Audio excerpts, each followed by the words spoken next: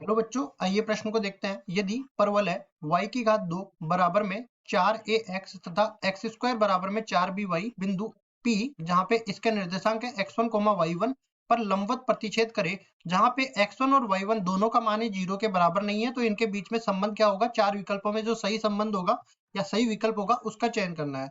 प्रश्न को हल करने से पहले इसकी मुख्य अवधारणा के बारे में चर्चा कर लेते हैं। मुख्य अवधारणा, तो यहाँ पे देखो, सबसे पहले मैं बता देता हूँ। मान लो कोई वक्र का समीकरण दे रखा है y बराबर में fx। अगर इस पर कोई बिंदु मान लूं मैं h k, तो इस बिंदु पर मैं स्पर्श रेखा का ढाल कैसे ज्ञात कर सकता हूँ? पहले dy बटा dx निकालूंगा जो कि f डैश x के बराबर हो जाएगा। अगर मैं dy बटा dx निकाल के इस पर मैं बिंदु को संतुष्ट करा दूं h k के, तो ये मेरे पास स्पर्श रेखा का ढाल मिल जाएगा। इसी तरह मान लो कि दो रेखाएं दे रखी है। एक रेखा है L1, इस रेखा का ढाल है m1 के बराबर, और दूसरी रेखा है L2, इस रेखा का ढाल है m2 के बराबर। तो अगर मैं बोलूं कि L1 लंबवत है L2 के, तो इन दोनों के जो ढाल है इनके बीच में संबंध होगा कि दोनों के ढालों का गुणनफल -1 के बराबर होगा। अब चलते हैं सवाल में। सवाल में दो समीकरण दे रखे हैं। y स्क्वायर बराबर में 4ax, इसको लिखते हैं। देखिए, ये अपने पास दे रखा है y स्क्वायर बराबर में 4ax, और दूसरा अपने पास x स्क्वायर बराबर में 4by दे रखा है, 4by। अब देखिए, यहां से मैं क्या करूंगा, y का मान उठा के इसमें रख दूंगा। y बराबर किसके आ जाएगा? x स्क्वायर बटा में 4b के बराबर आ जाएगा। ये मान इसमें रखूंगा तो ये पूरा किसके बराबर बनेगा? x स्क्वायर बटा में 4b, इस पूरे का वर्ग हो जाएगा, और दूसरी तरफ 4a गुणा में x हो जाएगा। अब इसमें देखो, वर्ग करूंगा तो ये क्या बन जाएगा? x की घात 4 बटा में 16 बी स्क्वायर, और बराबर में हो जाएगा 4a x के बराबर। अब इस पूरे को दूसरी तरफ लेके जाऊंगा तो एक बन जाएगा x की घात 4 बराबर में 64a बी स्क्वायर गुणा में x के बराबर। अब देखिए, हमें पता है कि x1 y1 दोनों का मान ही हमें नहीं लेना है, और ये दोनों जो है एक बिंदु पर प्रतिच्छेद करेंगे। वो बिंदु x1 y1 हम लोग बोलेंगे, x1 का मान हम लोग बोलेंगे, यहाँ पे x का मान 0 के बराबर नहीं लेना है इस बिंदु पर, तो 0 के बराबर नहीं लेंगे तो x को x से काट देंगे, और कुल मिला के अपने पास x की घात 3 का मान किसके बराबर मिल जाएगा? 64 गुना में a गुना में b की घात 2 के बराबर। इसको मैं समीकरण नंबर 1 नाम दे देता हूँ। अब देखिए, ठीक इसी तरह मैं y की घात 3 का मान भी निकालूंगा। यहाँ पे किसके बराबर हो जाएगा? देखिए, अगर मैं ये समीकरण जो है यहाँ पे उठा के लाऊं और इसका घन कर दूं, तो y की घात 3 इधर हो जाएगा, और इधर देखिए x की घात 6 हो जाएगा, और इधर में मैं घन करूंगा तो 64 b की घात 3 हो जाएगा। ठीक है, अब देखो, ये अगर मैं इसका वर्ग करके मैं इधर लेके आऊं, वर्ग मतलब 64 a b स्क्वायर, इस पूरे का वर्ग बटा में हो जाएगा 64 b की घात 3 के बराबर। मतलब ये बन जाएगा 64 की घात 2, a की घात 2, b की घात 4, और नीचे बन जाएगा 64 b की घात 3 के बराबर।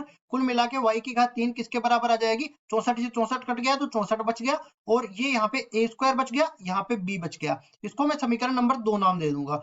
x क्यूब और y क्यूब का मान आ गया, मतलब जो x1 y1 बिंदु है, यहाँ पे मैं मान सकता हूँ कि x1 क्यूब और y1 क्यूब का मान मेरे को मिल गया इस बिंदु के लिए।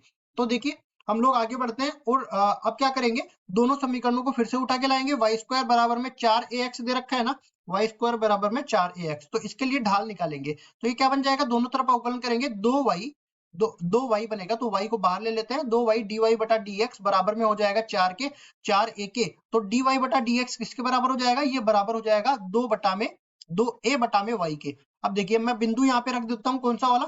dy बटा dx, यहाँ पे मैं बिंदु रख देता हूँ x1, y1। तो स्पर्श रेखा की ढाल मिल जाएगी इस वक्र के लिए, तो जिसको मैं m1 के बराबर मान लेता हूँ, ये बराबर हो जाएगा 2a बटा में y1 के बराबर।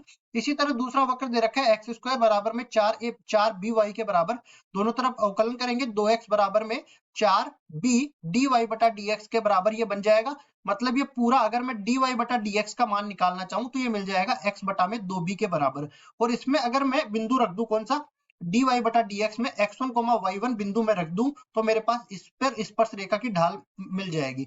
तो ये पूरा किसके बराबर हो जाएगा? x1 बटा में 2b। अब जैसा कि प्रश्न में दे रखा है, दोनों जो है स्पर्श रेखाएं आपस में लंबवत है, मतलब दोनों के ढालों का गुणनफल -1 के बराबर होगा। तो हम लोग यहाँ पे बोलेंगे प्रश्नानुसार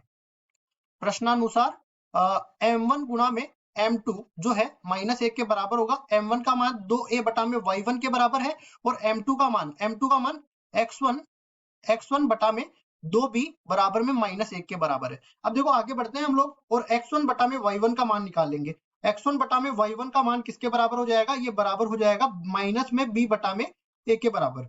तो देखिए, अब मैं दोनों तरफ घन कर तो घन करने का क्या फायदा होगा, हम लोग यहाँ पे देख सकते हैं x1 की घात 3 बटा में y1 की घात 3 और दूसरी तरफ बन जाएगा माइनस तो बाहर है ही, b क्यूब बटा में a क्यूब, ये बन जाएगा। अब देखो x1 क्यूब और y1 क्यूब का मान हमने पहले ही निकाल रखा है, इसका मान तो है 64ab स्क्वायर और इसका मान 64a स्क्वायर b के बराबर। तो लिखेंगे यहाँ पे 64ab स्क्वायर बटा में 64 ए स्क्वायर बी के बराबर, और ये बराबर हो जाएगा माइनस में बी की घात 3 बटा में ए की घात 3 के बराबर। अब जो कटने वाला है उसको काट देते हैं, तो यहाँ से देखिए बी की घात यहाँ से बी से कट जाएगा और ए से ये ए की घात 2 कट जाएगी और आगे 64 से ये 64 कट जाएगा। कुल मिला के ऊपर बी बच गया, नीचे ए बच गया। इसको आगे हल करते हैं तो ये देखिए बी बटा ए बराबर हो जाएगा माइनस में बी क्यूब बटा में ए क्यूब के बराबर हो जाएगा।